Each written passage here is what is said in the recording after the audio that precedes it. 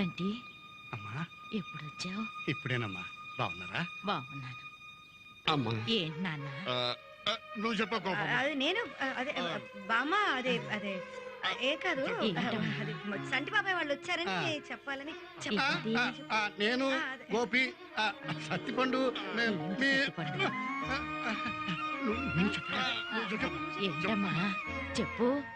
ఏం లేదమ్మా, మేమందరం అనుకున్నాము. మీరు చెప్పండి అల్లుడు గారు. చెప్పు, నువ్వు చెప్పు. ఏం లేదు బామా, చంటి మామయ్య, అత్తయ్య, గోపి, నాన్న, నేను నేను చెప్పను బాబు, నేను చెప్పను. ఎవరో ఒకళ్ళు చెప్పండ్రా. నేను చెప్తాను సబరి. మళ్ళీ ఎక్కడ ములికొచ్చావా? సర్లే, మీరందరూ వెనకాల చెప్తాను. ఎక్కువ తీట్రా రా. నువ్వు లేనప్పుడు ఏం జరిగిందో తెలుసా? ఏం జరిగింది? వీళ్ళందరూ కలిసి నన్ను చిన్నపిల్లని చేసి ఈ కోతిని పెళ్లి చేసుకుని బలవంత పెట్టేస్తున్నా. నిజమా? మరి అప్పుడు నేనేమన్నానో తెలుసా? ఏమన్నారు? సబరికి చెప్పకుండా నేను ఏ పని చేయను, సబరికి ఇష్టం లేకపోతే పెళ్లి కూడా చేసుకోనని చెప్పాను. ఏంటవ్వా నేనేదో అబద్ధం ఆడుతున్నట్టు? చెప్పు సత్తిపండు. నేను ఎప్పుడు చెప్పాను? చంటి మావయ్య. అమ్మా నువ్వు కూడానా? సర్లే, నేను ఈ కోతిని పెళ్లి చేసుకోవడం నీకు ఇష్టమేనా? ఏమండి? అమ్మా అదే ఏంటి శేషయ్య? అదే అదే అదే అమ్మా అదే మీరు రండి ఒకసారి రండి. అరే చెప్తాను. భక్త సబరి చెప్పి వెళ్ళవే.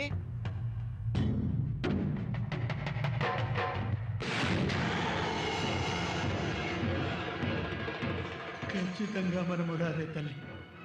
ఇది తెలిసి కూడా ఈ పెళ్లి ఒప్పుకుంటే మీలాగే వసుంధర జీవితం కూడా నాశనం అయిపోతుందమ్మా. వద్దు, ఇంత చిన్న వయసులోనే వసుంధర చేయొద్దు తల్లి.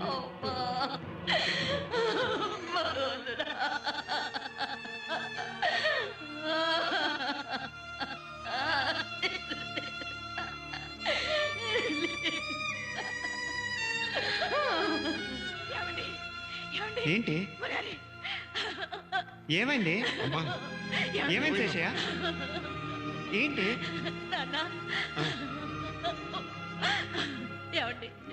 ఏమైంది? ఈ పెళ్లి ఏంటి? ఏమి జరిగిందమ్మా? ఈ పెళ్లి జరగదు, జరగకూడదు, జరగదు. ఈ పెళ్లి జరగదు, జరగదు, జరగకూడదు. సరే శబాష్, అదిరిపోయిందండి సెంటిమెంటల్ సీను. ఇంకా ఈ మొక్క పడలేదేంటా అని ఓ తింగిరి మింగిరైపోతున్నాను. దీవించవమ్మా అంటే కలకాలం నాలాగే బతుకుందట. వెనకడికి ఇలాంటి ఓ ఎతవమ్మ అయినా మొగుడు చచ్చిందని ఒక మూల ముసుగేసి కూర్చోబెట్టక ఈ ముండమోపికి ఇంటి పెత్తనం చూడద్దు.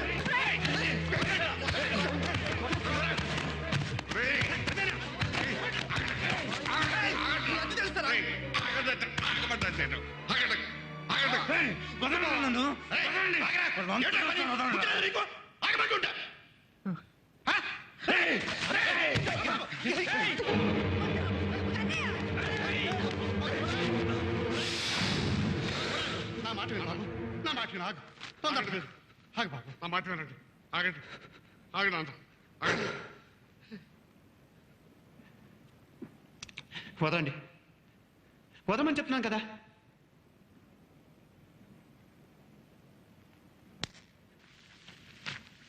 బామ్మ చెప్పింది కదా ఈ పెళ్లి జరగదని. బామ్మకి ఇష్టం లేకుండా ఏ పని చేయను. ఈ పెళ్లి జరగదు. నా కోసం మీరు గొడవలు పడతారు. చంటి మావయ్య, నన్ను క్షమించండి. దయచేసి మీ వాళ్ళందరినీ ఇక్కడ నేను తీసుకెళ్ళిపోండి.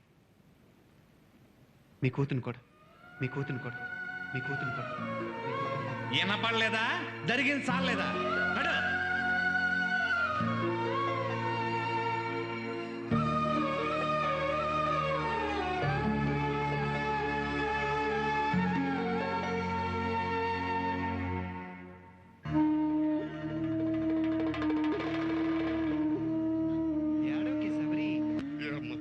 నన్నేమీ అడగొద్దు, నేనేం చెప్పను. నాకు తెలియకుండా మీరెవరు ఈ ఇంటి గడప దాటి బయటికి వెళ్ళడానికి వీల్లేదు. ఏం జరిగినా సరే ఎవరు కాలు కూడా కదపడానికి వీల్లేదు.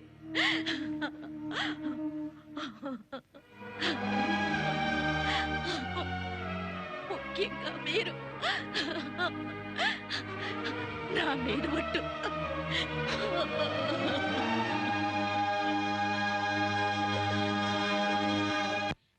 నేనేం చేయలేను, నా వల్ల కాదు, నేనేమీ చేయలేను. వెళ్ళండి ఇక్కడి నుంచి, వెళ్ళిపోండి.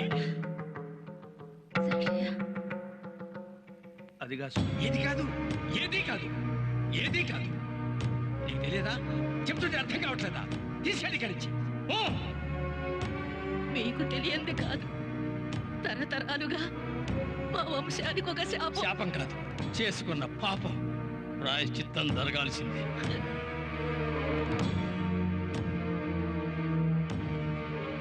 భగవంతుడు కర్మసాక్షి మాత్రమే. మహోత్కృష్టమైన మానవ జన్మనిచ్చాడు. పాపాలతో మనమే నాశనం చేసుకుంటున్నాం. కర్మకి కర్తవు నువ్వే, అనుభవించాల్సింది నువ్వే. నేనేం చేయలేను, నేనేమీ చేయలేను. రక్తాభిషేకం జరగాల్సింది, జరిగి తీరాల్సిందే.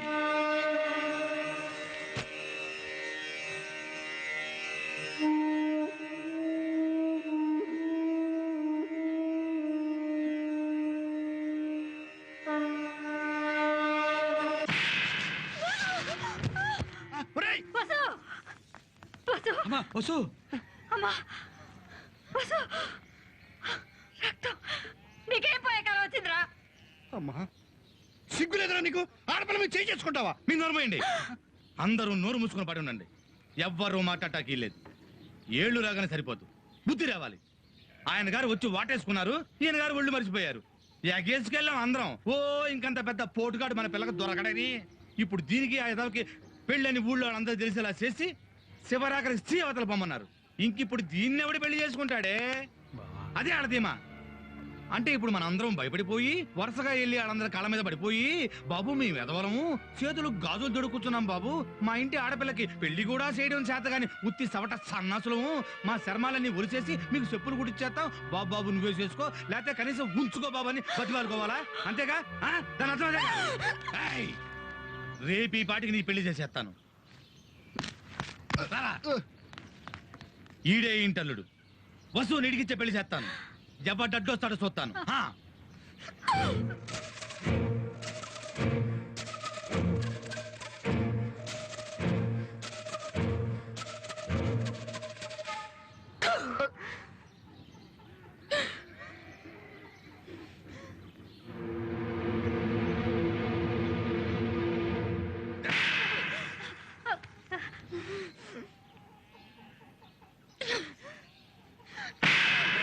అయ్యో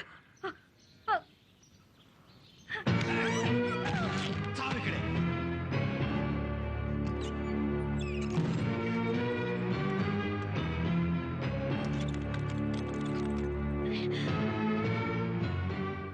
ఏదన్నా తేడా జరిగిందంటే దాన్ని చంపేసి నేను చచ్చిపోతాను.